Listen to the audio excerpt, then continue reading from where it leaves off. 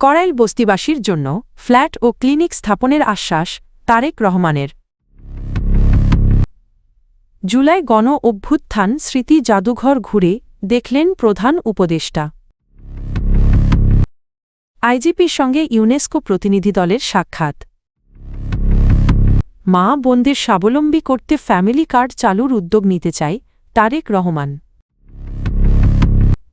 EU প্রতিনিধিদের সঙ্গে জমিয়তের বৈঠক। বিএনপির চেয়ারম্যান তারেক রহমান বলেছেন, কড়াইল বস্তির বাসিন্দাদের জন্য ছোট ছোট ফ্ল্যাট নির্মাণের পরিকল্পনা রয়েছে যাতে তারা সুষ্ঠুভাবে বসবাস করতে পারেন। মঙ্গলবার বিকেলে রাজধানীর মহাখালী টিএনটি মাঠে আয়োজিত এক দোয়া মাহফিলে তিনি কথা বলেন। তিনি বলেন, খালেদা জিয়া জীবিত থাকা অবস্থায় নারী ও শিক্ষার উন্নয়নে বিনামূল্যে বিভিন্ন উদ্যোগ গ্রহণ করেছিলেন। একইভাবে শহীদ রাষ্ট্রপতি জিয়াউর রহমানের নেতৃত্বে দেশবাসী নানা ক্ষেত্রে উপকৃত হয়েছে। কড়াইল বস্তির বাসিন্দাদের উদ্দেশ্যে তারেক রহমান বলেন, তিনি জিয়াউর রহমান ও খালেদা জিয়ার সন্তান হলেও তার সবচেয়ে বড় পরিচয় হল তিনি বাংলাদেশের মানুষের সন্তান এবং দেশের মানুষের জন্যই রাজনীতি করেন। শেষে তিনি দেশ ও জনগণের কল্যাণ কামনায় সবাইকে আল্লাহর দরবারে দোয়া করার আহ্বান জানান। প্রধান উপদেষ্টা অধ্যাপক মুহাম্মদ ইউনুস গণভবনে নির্মাণাধীন জুলাই গণ অভ্যুত্থান স্মৃতি জাদুঘরের চূড়ান্ত পর্যায়ের কাজের অগ্রগতি পরিদর্শন করেছেন। মঙ্গলবার বিকেল ৩টার দিকে তিনি জাদুঘরে পৌঁছে জুলাই গণ অভ্যুত্থানের পটভূমি এবং শেখ হাসিনার ১৬ বছরের শাসনামলের বিভিন্ন চিত্র ঘুরে দেখেন। এ সময় তার সঙ্গে উপস্থিত ছিলেন বাংলাদেশ জামায়াতে ইসলামীর আমির ডা. শফিকুর রহমান, জাতীয় নাগরিক পার্টির আহ্বায়ক নাহিদ ইসলাম এবং বিএনপির স্থায়ী কমিটির সদস্য সালাহউদ্দিন আহমদ সহ অন্যান্যরা। বাংলাদেশ পুলিশের মহাপরিদর্শক আইজিপি বাহারুল আলমের সঙ্গে সৌজন্য সাক্ষাৎ করেছেন ইউনেস্কো বাংলাদেশ অফিসের কান্ট্রি ডিরেক্টর ডা. সুশান ভাইজ এবং ইউনেস্কো সদর দপ্তরের rule of law and freedom of expression সেকশনের টিম লিডার মেহেদি বেঞ্চেলাহর নেতৃত্বে ৩ সদস্যের একটি প্রতিনিধি দল। মঙ্গলবার পুলিশ সদর দপ্তরে অনুষ্ঠিত এ সাক্ষাৎ সৌহার্দ্যপূর্ণ পরিবেশে অনুষ্ঠিত হয়।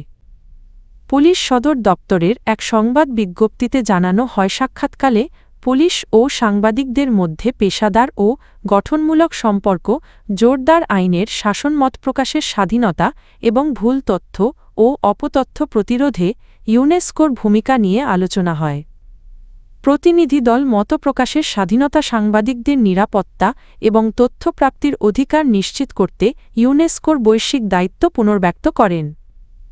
একই সঙ্গে পুলিশ ও গণমাধ্যমের মধ্যে আস্থা ও পেশাদারিত্ব বাড়াতে সাংবাদিকদের জন্য ফ্যাক্ট চেকিং বা তথ্য যাচাই বিষয়ক প্রশিক্ষণের প্রস্তাব দেন। তারা জানান, ভুল তথ্য ও গুজব প্রতিরোধে তথ্য যাচাই অত্যন্ত গুরুত্বপূর্ণ, যা জনস্বার্থ রক্ষা ও সংকট ব্যবস্থাপনায় কার্যকর ভূমিকা রাখতে পারে। বিএনপির চেয়ারম্যান তারেক রহমান বলেছেন, তিনি ক্ষমতার জন্য নয়, মানুষের কল্যাণের জন্য রাজনীতি করেন এবং সবসময় জনগণের পাশে থাকতে চান। মঙ্গলবার বিকেলে রাজধানীর মহাখালী টিএনটি মাঠে আয়োজিত এক দোয়া মাহফিলে বক্তব্য দেওয়ার সময় তিনি একথা বলেন। এ সময় তিনি কড়াইল এলাকার বাসিন্দাদের প্রতি কৃতজ্ঞতা প্রকাশ করেন। তারেক রহমান বলেন, খালেদা জিয়া জীবিত থাকা অবস্থায় নারী ও শিক্ষার উন্নয়নে বিনামূল্যে বিভিন্ন উদ্যোগ গ্রহণ করেছিলেন। একইভাবে শহীদ রাষ্ট্রপতি জিয়াউর রহমানের নেতৃত্বে দেশবাসী নানা ক্ষেত্রে উপকৃত হয়েছে। কড়াইলবাসীর উদ্দেশ্যে তিনি আরও বলেন, তিনি জিয়াউর রহমান ও খালেদা জিয়ার সন্তান হলেও তার সবচেয়ে বড় পরিচয় হল তিনি বাংলাদেশের মানুষের সন্তান এবং দেশের মানুষের কল্যাণেই রাজনীতি করেন। আসন্ন ত্রয়োদশ জাতীয় সংসদ নির্বাচনকে সামনে রেখে ইউরোপীয় ইউনিয়নের ইইউ নির্বাচনী পর্যবেক্ষক দলের সঙ্গে জমিয়তে উলামায়ে ইসলাম বাংলাদেশের এক মতবিনিময় সভা অনুষ্ঠিত হয়েছে। মঙ্গলবার রাজধানীর মিরপুরে আরজাবাদ মাদ্রাসা মিলনায়তনে আয়োজিত এ সভায় ইইউ পর্যবেক্ষক দলের সদস্যরা জমিয়তের নির্বাচনী প্রস্তুতি, প্রচার কৌশল এবং নির্বাচন সংক্রান্ত বিভিন্ন বিষয়ে বিস্তারিত জানতে চান। সভায় জমিয়তে উলামায়ে ইসলাম বাংলাদেশের পক্ষ থেকে নির্বাচন কমিশনের প্রতি আস্থা প্রকাশ করা হয়। একই সঙ্গে অবাধ, সুষ্ঠু ও গ্রহণযোগ্য নির্বাচন নিশ্চিত করতে নির্বাচন কমিশনের কার্যকর ভূমিকার ওপর গুরুত্ব দেওয়া হয়। সরকার গঠিত হলে দলটির রাজনৈতিক অবস্থান ও দায়িত্বশীল ভূমিকার বিষয়েও ইইউ প্রতিনিধিদের অবহিত করা হয়। মতবিনিময় সভায় বাংলাদেশের রাজনীতিতে জমিয়তে উলামায়ে ইসলাম সহ ইসলামী রাজনৈতিক দলগুলোর ঐতিহাসিক ও চলমান ভূমিকা তুলে ধরা হয়। ইইউ প্রতিনিধিরা বলেন, জমিয়তে উলামায়ে ইসলাম বাংলাদেশ স্বাধীনতার পর থেকে গণতন্ত্র, নৈতিকতা ও সামাজিক ন্যায়ের পক্ষে গুরুত্বপূর্ণ ভূমিকা রেখে আসছে এবং সাংবিধানিক কাঠামোর ভেতরে থেকেই রাজনৈতিক কার্যক্রম পরিচালনা করছে।